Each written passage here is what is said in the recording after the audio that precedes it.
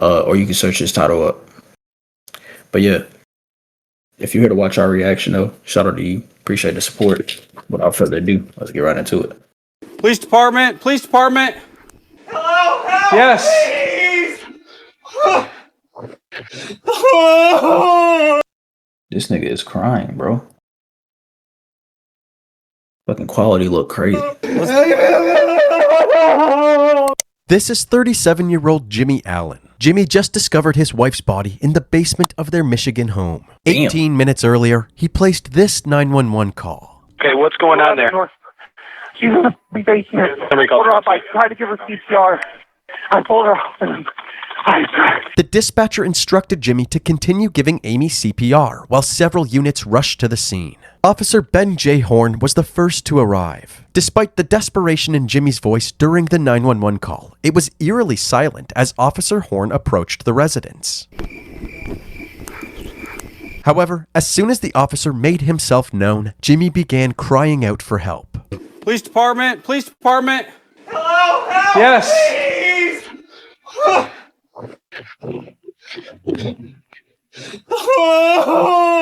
Jimmy was found in the basement, sobbing over his unresponsive wife's body. As he grieved, he continued performing CPR. How long she been down? Do you have any idea? Give me more than about 20 minutes. Okay. Oddly enough, Amy didn't have any significant injuries, except for a very faint mark near her jugular. By 8:57 p.m., more officers arrived along with several EMTs. They piled into the basement to take over Jimmy's life-saving efforts. Now that Jimmy had a moment to process what was going on, he dramatically ripped his shirt off and broke down on the basement floor. He was able to quickly compose himself and continued to observe the EMTs aiding Amy. Jimmy alternated between complete composure and emotional outbursts several times. You want to come upstairs with me real quick? Which makes sense. That's his wife. That shit. But it's saying in the title right here, he's the one that did it. So that's even more wild.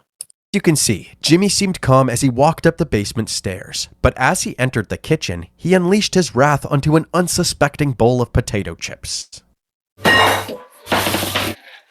The officers weren't sure what to make of this erratic behavior, especially since they had no clue what led up to the discovery of Amy's body. Did she make any statements at all? No, she was the first.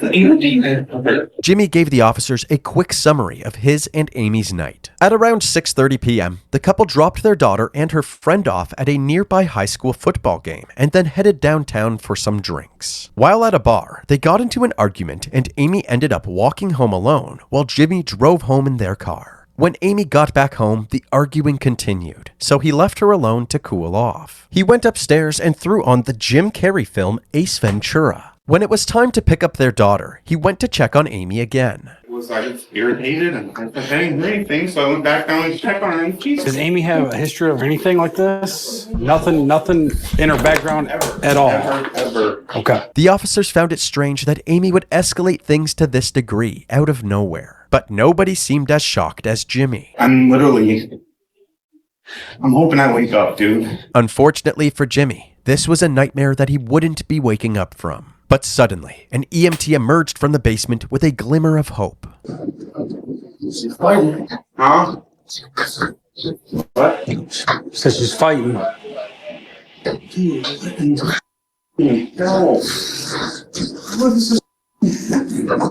The EMTs were able to re-establish a faint pulse, so Amy was still clinging to life. But when Jimmy Hey. The man, he like, damn. And his head right now, damn, I fucked up. I didn't, he failed at what he tried to, do. He made an attempt. That shit is, bro tried to get her out of the way. realized that his wife was still breathing. He seemed frustrated by this promising news. His reaction immediately set off red flags for the officers. It would have set off Jimmy red flags left for me the room too. momentarily to grab a new shirt, and when he came back, he called his daughter Ashley to inform her of the emergency. We had an emergency. Don't go anywhere.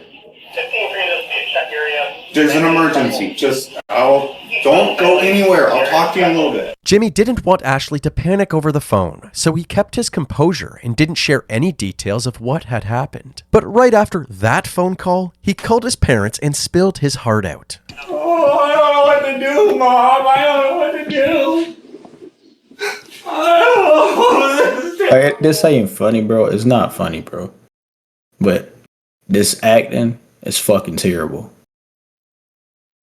Oh, I gotta talk to the cops. Although Jimmy was crying his heart out, the officer spotted no moisture on his face at all. They decided to have him wait outside, away from the crime scene. Shortly after, Amy was placed on a stretcher and taken to the back of an ambulance. They rushed her to the ProMedica Herrick Hospital, just 2 minutes away. The EMTs were finished in the basement, so the officers headed back inside to do further investigation. Now that the dust had settled, they immediately noticed something strange. The basement ceilings were very low, so low that they began to question the logistics of Jimmy's story. Amy was 5 foot 6 inches, and the basement ceiling wasn't much higher, roughly 7 feet. But rather than jumping to conclusions, the investigators decided to wrap things up for the night. The next morning, Officer Horn and his partner returned to the Allen household to ask Jimmy some more questions. They hoped to get a better understanding of what led up to the incident. According to Jimmy, the family started their day in high spirits by making breakfast together and getting Ashley ready for school. Just listening to music and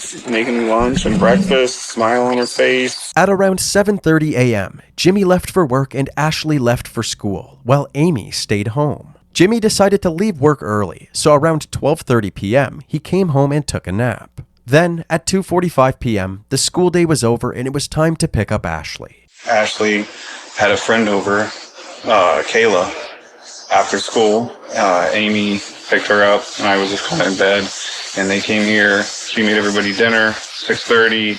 We rolled out to take them to the game. After a nice family dinner, everybody hopped in the car and drove to the Tecumseh High School for the football game. As mentioned before, Jimmy and Amy dropped off the girls and decided to head downtown to go bar hopping. They first went to Ember's Bar and Grill, then to JR's Hometown Grill and Pub shortly after. Investigators would later confirm this part of Jimmy's story by obtaining the security footage from JR's. Apparently, nothing seemed out of the ordinary until Jimmy brought up the idea of selling their house and moving down south. Since the family had just moved to Michigan from Florida 1 year earlier, Amy was not fond of this idea. She began texting someone on her phone and became dismissive of Jimmy's comments. She said a couple of times that, oh, that's not going to work. And she's normally positive and was sort of down and negative. And we started to disagree about it. And she's like, you know, I hope that works out for you. And I'm like, what do you mean me? I'm talking about our life. Like, and this isn't hardcore planning. This is. Well, it sounds like she checked out the relationship, bro. She is like, he was making plans for them and she wasn't on board. When she said, I hope that works out for you, I would have questioned that too. That it makes sense to question. Cause like, what? I'm like you just said, I'm talking about our life together. Like, why would you say work out for me? So yeah, that's a red flag right there. Something she don't want, and it's like, yo, she got other things planned, buddy. She got other plans planned clearly too. She got other things planned. But why would y'all go to Michigan? Leave Florida to go to Michigan, bro. Florida beautiful, depending on what part they were living in. Florida gonna be underwater, bro. Yeah, it's gonna be crazy because man. You talking about, you know, our future, and she just, well, I hope that works out for you. Jimmy said that this comment sparked an argument between the two. That makes sense. By the time they left the bar, things were very tense. Amy decided that she would rather walk home than sit with Jimmy any longer. This was also confirmed by this surveillance footage, which captured Amy walking down the street, heading in the direction of their house. Amy arrived home at 7:58 p.m. She grabbed an extension cord and then went down to the basement. At 8:05 p.m., Jimmy decided to go check on her. She's petting Louie, one of our cats, and what the hell are you doing in the basement? Apparently, Amy was angry at him for slamming the door in her face as they left the bar. But according to Jimmy, it was just an accident. He did forget to hold the door for her, but he didn't slam it intentionally. Amy didn't believe that it was an accident, so she started throwing insults at him, and the two proceeded to argue for about 10 minutes. That's Nothing crazy. good was coming from this argument, so Jimmy went back upstairs, leaving Amy in the basement with the extension cord. About 25 minutes later, at 8:40 p.m., Jimmy realized that it was time to pick up Ashley from the football game. Before he left, he went back to the basement to squash the beef with Amy. And immediately do that and started, check for a pulse. When I glanced down there, I saw there looked like a upturned kitty litter pail. Dude, no. Because I'm like, look. like I said, it was just so, Sure. The officer asked if there were any signs that something like this might happen, but Jimmy said that he could never have seen this coming. Spent all night kind of thinking and playing back That shit happened. what was That's why. what triggered what was. Has she ever tried anything like this before? Never had anything ever. Like, we live a healthy lifestyle. We work out. We go rock climbing 3 times a week in Ann Arbor. We cook meals at home. We grow our own vegetables out here. Money trouble. No, I mean, this is like the pinnacle of best job I've ever had. I make great money. She's a stay-at-home mom. She takes care of the 5 cats, the pool, and is there for my daughter doing sports and activities. Sure. The officer then asked if he I mean, that sounds like a good lifestyle, but it also if could she's be. bored of it? She probably is. Because she You gotta kind of change up Stay at home. your routine, because when you constantly do the same thing over and over and over again, it's a Repetitive. routine, and it's just it's you gotta break that tiring and it's routine. boring. You gotta step out, because every man, girl, every lady, They- or they every get girl, boring. when they tell their man, I want to be a stay-at-home wife, a stay-at-home mom, but realize when they get that, the man be like, all right, I got you. I'll make the money, pay the bills. You just clean up, make dinner, all that kind of shit. Watch the kids. she ain't gotta just clean up though. At the end of the day, he could help do that too. Yeah, It's just they gonna You get know. bored of that lifestyle. Right. I guess they just want to experience like what it would be like to be a stay-at-home wife or mom. it's always good to make your own money, because at the end of the day, but I mean, if he makes a lot of money to where like she's straight, like he can low key pay all the bills, and then they got extra money to go do whatever, then that's low key straight. So it ain't really a bad thing.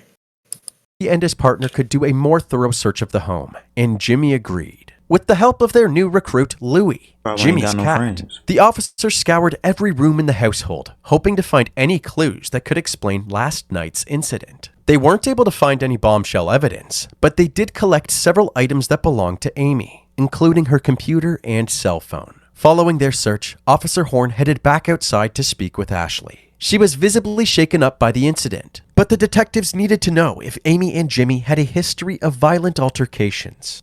Were your mom and dad fighting at all yesterday that you recall No, but everything was normal when I left. when you left?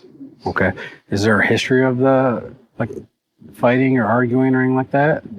Nothing ever? Okay. The officer also asked about Amy's state of mind, but Ashley said that even though her mom was a deeply introverted person, she had always been emotionally stable. This interview wasn't as fruitful as the officers had hoped, but shortly after, they were approached by several of Amy's family members. They said Damn. that Jimmy waited 14 hours to tell them about the incident. As soon as they heard the What? news, they rushed over to the police department because they had an abundance of useful information for the police. The investigators learned that back in 1997, when Amy was just 13, she had a son named Caleb. Her parents looked after Caleb while she attended high school in Ocala, Florida. By the What? end of high school, she began dating Jimmy, who had no problem becoming a father figure to Caleb. When Amy was 19, they had Ashley, and from that point on, Amy stayed home to take care of the kids while Jimmy worked. Okay. However, according to Amy's family, this wasn't her choice. They believed that Jimmy was a controlling husband that's who what it didn't want is. Amy to become Exactly. He didn't want her to prosper, so he made her a stay-at-home mother. Or still, yeah, I can't say because yes, he could encourage that on her, but you can't make her. She still has her own, she could still get up and go do stuff on her own. It's on you if you're gonna listen to this man, or you gotta understand something. At the end of the day, you don't want to be in a relationship where it's controlling by a woman or a man. Y'all need to have like a little. Y'all can have your boundaries and things like that. That's normal. But controlling, like 9 out of 10, he probably told her she not working a job. He ain't want her to do that. Da, da, da. That's wild. It's just a job, bro. Extra money. Who mad at extra money? Financially independent. He would monitor everything the family did, from their social media activity to what they were eating throughout the day. He would also discipline the kids if he believed they were misbehaving, frequently taking things too far. Whenever Amy stood up to Jimmy, her opinion didn't seem to matter. Whatever Jimmy wanted, Jimmy got. So when Caleb turned 17, he left to stay with his grandparents. Jimmy retaliated, telling Amy that she was no longer allowed to speak with her family, including Caleb. One of the last times Caleb saw her was at his high school graduation a year before the incident. But other than that, Amy had minimal involvement in Caleb's life. All of this evidence That's fucked up. And she actually listened to him? She actually listened to him, telling her not to talk to her own son or her family? That's bro. That ain't cool. That ain't cool, bro. For Jimmy, it wouldn't be a surprise if an abusive and controlling husband tried to murder his wife. But if the police wanted to bulletproof their case against Jimmy, they needed to answer one big question. What was Jimmy's motive? Unfortunately, before the investigators could answer this question, they received tragic news. On September 17th, 2018, after being unresponsive for 3 days, Amy was taken off of life support and pronounced dead. With a possible homicide now on their hands, the authorities pressed on with their investigation. They decided to look for answers in Amy's cell phone. In her text with Jimmy, his controlling behavior was on full display. He had somehow been tracking Amy's every move. He would frequently text Amy her exact location and ask her why she was there. Despite all of Jimmy's torment, Amy seemed completely fine in her other conversations. This evidence strengthened the case against Jimmy, but the detectives still couldn't pinpoint an exact motive. That was until they looked through a conversation with a man named George. George was a married man from the East Coast that Amy had met online and had been texting for the past 3 years. That's Based crazy, on the explicit bro. content of the messages, it was clear that they were having an affair. Even on the day of the incident, Amy and George were consistently texting and calling each other. While Amy was having dinner with her family at 5:07 p.m., George texted her saying, "I wish we could be together right now." At 5:29 p.m., Amy responded with, "I'm excited to see you again." And remember when That's Amy crazy, began texting dog. somebody during the argument at JR's Grill and Pub? It turns out that she was texting George, even with Jimmy sitting directly beside her. From these findings, a new theory emerged. Perhaps Jimmy had caught a glimpse of these text conversations and was overcome with anger, which ultimately led to him attacking Amy in the basement. The investigators were eager to ask Jimmy some. Why would she be so bold to do that in front of this man? Dude, this world is a scary world we live in, bro. Because no matter what, any relationship you get into, bro, is a risk. There's a risk that you take, bro. You get into this relationship, all you can do is hope that your significant other is loyal and gonna be with you, forever. Like when you get in a relationship, that's what y'all talk about. Like, yeah, I can't wait to spend the rest of my life with you. Can't wait to and that's what y'all go off of, y'all, and then you hope that be the case. But her ass sat there in this man's face cheating, bro. That's some fucking hey. She definitely didn't deserve to, for that to happen to her. This man, he could have just left or kicked her out, not leave, because clearly he the one that had the job, so he was taking care of everything. He could have just, ain't no telling what the marriage situation like anyway. She might have actually got the house, the cars, and of course the kid, and his ass would have been the one having to leave. But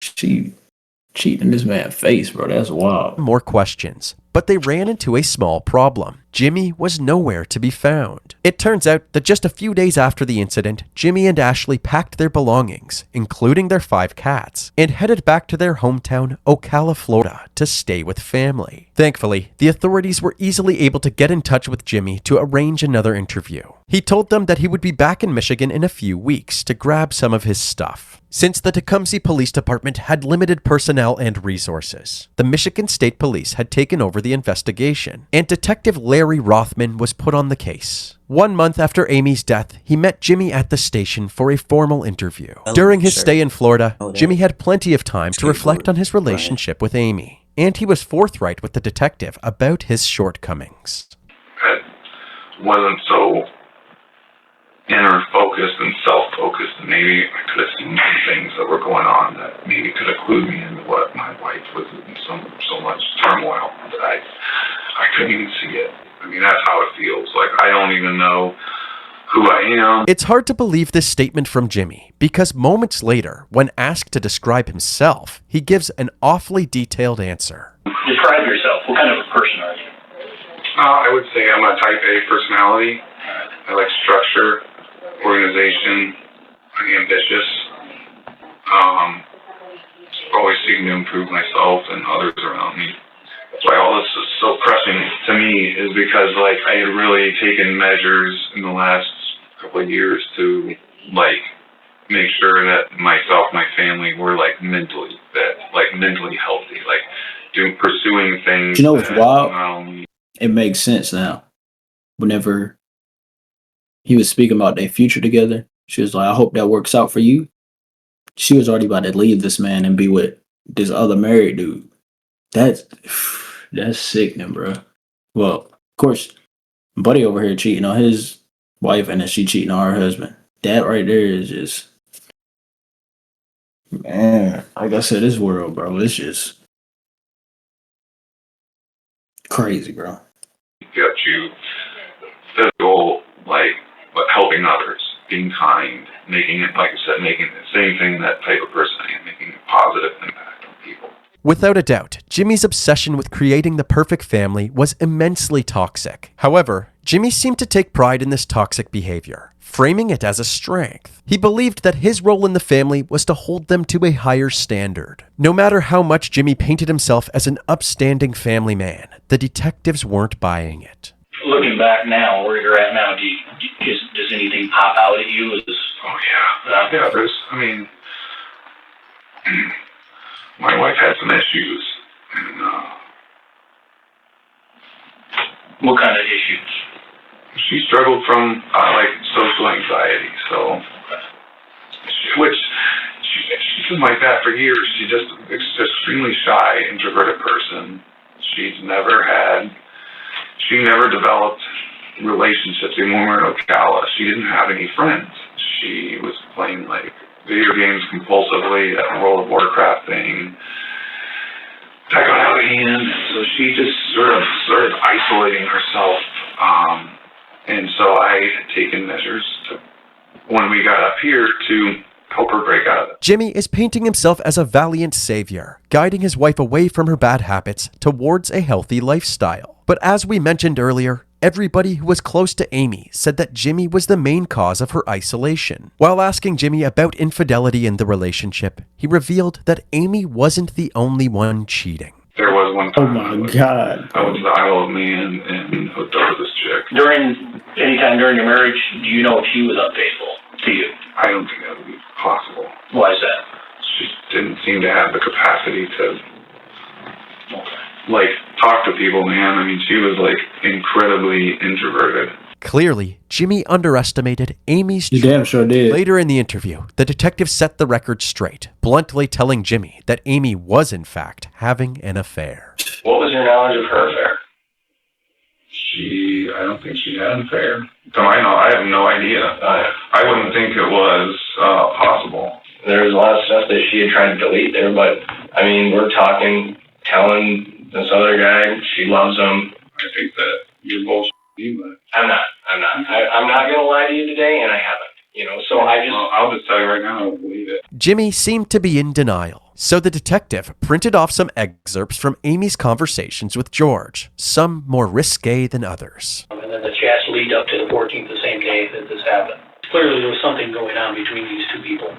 As someone who had a say in every aspect of Amy's life, he seemed completely blindsided by her secret life with George. He wanted more answers. Can you pull phone records to see if there's any numbers that I could see that I don't recognize? And that's like, to me, it's crushing to think that she even has some alternate life. Like, I legitimately, I still don't all the way believe you guys. I don't think that she has the capacity to do that. Like I said, this is the most shocking, I can't even process it. In a last-ditch effort to elicit a confession, the detective asked Jimmy if he would take a polygraph test. Jimmy agreed and maintained his innocence the entire time. Ultimately, the test results were inconclusive. The detective wrapped up the interview, less certain about Jimmy's involvement than before. Jimmy was allowed to leave and he went back to Florida later that day. The police struggled to find any new leads, so they had no choice but to wait for the medical examiner to release Amy's autopsy report. That day finally came 3 months after Amy's death. It was confirmed that the cause of death was strangulation asphyxiation, but the manner of death was undetermined, requiring additional investigation. The ball was back in Detective Rothman's court, but finding more evidence to determine whether or not this was a homicide was easier said than done. He meticulously looked through all of the evidence, including the body cam footage. He stumbled upon the moment that Officer Horn noticed how low the basement ceiling was, and he suddenly had an idea. Rothman reached out to a forensic engineering lab in Michigan and asked them to recreate the scenario Jimmy had supposedly stumbled upon. After many months of preparation, testing, and analyzing the results, the lab determined that under the same circumstances, her feet would have made contact with the ground. A different forensic pathologist reviewed the same test results, and they determined that her manner of death must have been a homicide. On October 16, 2020, Jimmy was charged with 1 felony count of open murder. This meant that if the case went to trial, it would be up to the jury to determine the degree of homicide Jimmy is guilty of, anywhere from involuntary manslaughter to first-degree murder. By this point in the investigation, it appeared that Jimmy, who was still staying with his parents in Florida, had moved on entirely. In fact, he even had a new fiancée, and their wedding was just 5 days away. But before they could tie the knot, Jimmy was arrested and Why? See, that's what make it scary. How fast he moved on. extradited back to Michigan. Once he was booked into jail, he was brought into a room to have his charges explained to him. When told that he could contact the investigators if he had any questions, Jimmy said something peculiar. If you have any questions, feel free to get a hold of us, or they can contact us. Okay? It's how you sleep at night. Oh. Well, I guess I don't understand that question. Okay. A few weeks later, at his arraignment hearing, Jimmy pled not guilty. His bond was set at $10 million and he was put behind bars. Leading up to his trial, his defense attorney Daniel Guerin released this statement. Mr. Allen vehemently asserts his innocence in this case, as he had absolutely nothing to do with Amy Allen's tragic death. He cooperated with police throughout the 2-year investigation and provided evidence and statements showing his innocence from the very beginning. He has been in jail for nearly a year for a crime he did not commit, and he misses his family dearly. He is looking forward to the evidence finally being shown to a jury of his peers so they can see clearly that he is innocent and did absolutely nothing wrong. In September of 2021, 3 years after Amy's death, his trial began. Prosecutor Angie Borders kicked off the opening statements. She said that her team was confident that the evidence would point the jury to a guilty verdict. Defense attorney Daniel Guerin delivered the defense's opening statement, saying that there was no substantial evidence to support the prosecution's theory, and their case did not add up. The people want you to believe that Jimmy Allen, for reasons nobody explains or guesses or understands why, snaps after 15 years of marriage, brutally kills his wife, goes up into cover-up mode, does all of this cover-up, and then gets the police there at 8:52 to start showing them evidence of this hanging. They also pointed to Jimmy's search history that night, suggesting that murder was the last thing on Jimmy's mind. The phone searches they get from Jimmy's phone that shows that he's looking at searches for Jim Carrey movies and other Showtime shows, the exact shows that he had told police that night that he had watched. One of the key witnesses for the prosecution was Amy's son, Caleb. He told the court about an altercation with Jimmy while he still lived at home. I stood up, pushed him against the wall, and there was a second of fear that came over me, and I realized what I was doing, and I let up, and then I was spun around, or maybe I turned around, and then I was choked from behind on the floor for multiple seconds. It felt like forever during the incident, and I was gasping for air, grabbing for anything, trying to get away from him. This story suggested that Jimmy had a history of choking people when he got angry. If he was willing to choke Caleb, it's reasonable to assume that he was willing to choke Amy as well. Several witnesses that were at the scene that night were also called to Buddy has got a violent history the stand, his family, first responders, and neighbors. They all testified that Jimmy's over-the-top reactions seemed like he was putting on an act. Jimmy's behavior throughout the body cam footage supported this. There were several moments where he would be sobbing uncontrollably, This is terrible. but would instantly compose himself to answer the officer's questions. I gotta talk to the cops. On top of Jimmy's questionable behavior, Officer Horn also noted that Amy's injuries did not align with Jimmy's story. I was definitely looking for any injuries, whether it be from a hang or otherwise, and I really didn't see any sort of the typical injuries that I would have seen in a hanging, so I definitely took note of that. Later in the trial, a hospital staff member that treated Amy agreed with Officer Horn's observations, saying that the lack of external injuries suggested foul play. No visible injuries. No visible injuries. Is that strike you as odd? It was a red flag. One witness that nobody expected was none other than Mystery Man George. And was there occasion where you came to know a person like Amy Allen on the internet? Yes, we spoke online often. We talked about life, but we also, there was a little bit of sexual content. That's what we talked about. For the most part, George and Amy communicated through text and video calls, but the more they got to know each other, the more eager they were to see each other in person. Now, had you ever That boy was fiending, bro. That boy was fiending. She started fiending. The first time the two met up was in spring of 2017 to grab some coffee. The second time was several months later when Amy met George in a hotel room. I was here for work, and she had some free time, so she came to the hotel. So you're at a hotel? Yes. Did things that happen at a hotel happen at that hotel? Some things, yes. Apparently, George and Amy's love for each other only grew as time went on. Even on the day of her death, Amy showed no signs of wanting to slow down. I wrote, I love you. And I wrote, I want more of you. And she wrote, I love you too. I'm ready to spend time with you in person. And I wrote, good. Let's do it. And then she wrote, end of October. And I wrote, I'm in. Dr. Elizabeth Buck also played a crucial role in the prosecution's case. During her testimony, she took the jury through the extension cord experiment we mentioned earlier. The first question that Detective Rothman asked was, can an extension cord suspend 140 pounds? The testing was performed. The answer is no. According to the prosecution, the results of her tests were more than enough to debunk Jimmy's story. When it was the defense's turn to call witnesses, they had Jimmy's father testify. According to him, Jimmy didn't flee the state because he was guilty. It was because Jimmy's family urged him to stay with them in Florida. He seemed somewhat composed, but totally shattered, and almost empty, if you would. I'd never seen him like that before or since. He was almost non-responsive. He seemed to have lost interest in anything. Ashley also testified on her father's behalf. The day after the incident, she had said that her mother had always been stable. But now, 3 years later, her story had completely changed. Did you notice anything from your vantage point that was a problem that you behaviors or issues that you saw when your mom was drinking alcohol? Two things. Yes, my mother overindulged in alcohol frequently, and she became intoxicated very easily and frequently as well, which would cause her to be not herself at all.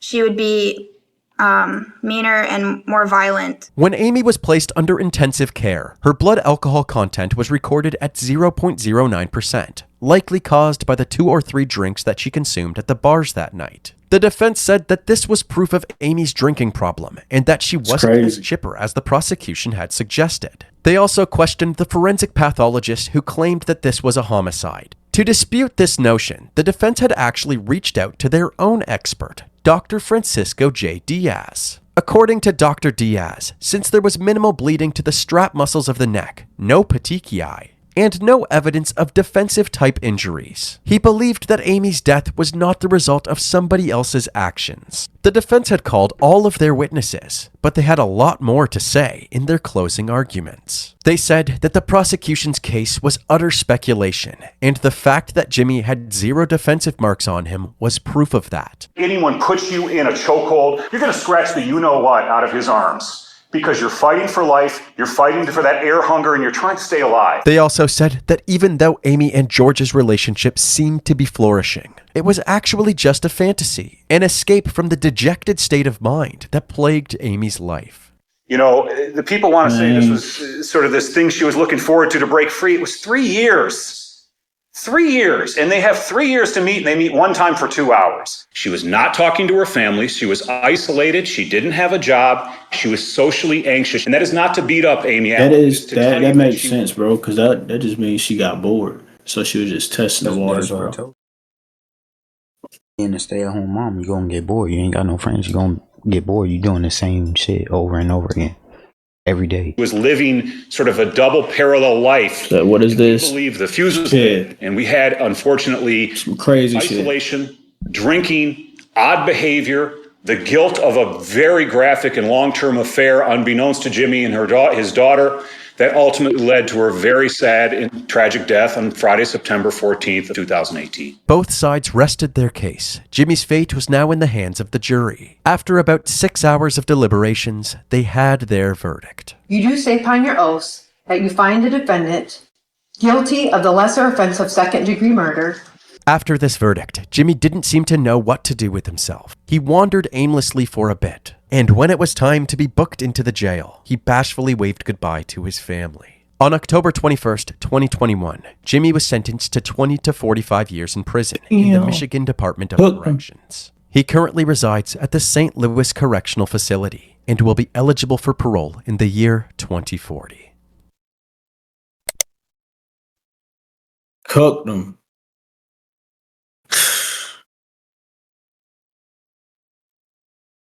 I mean, at the end of the day, 2040 ain't that long away. It's a long time, but it ain't that long away. It ain't that long, bro. We in 2025. I'm going into, 2026 right now, so. Nah, let me stop BSing. That's a long time. Bro, be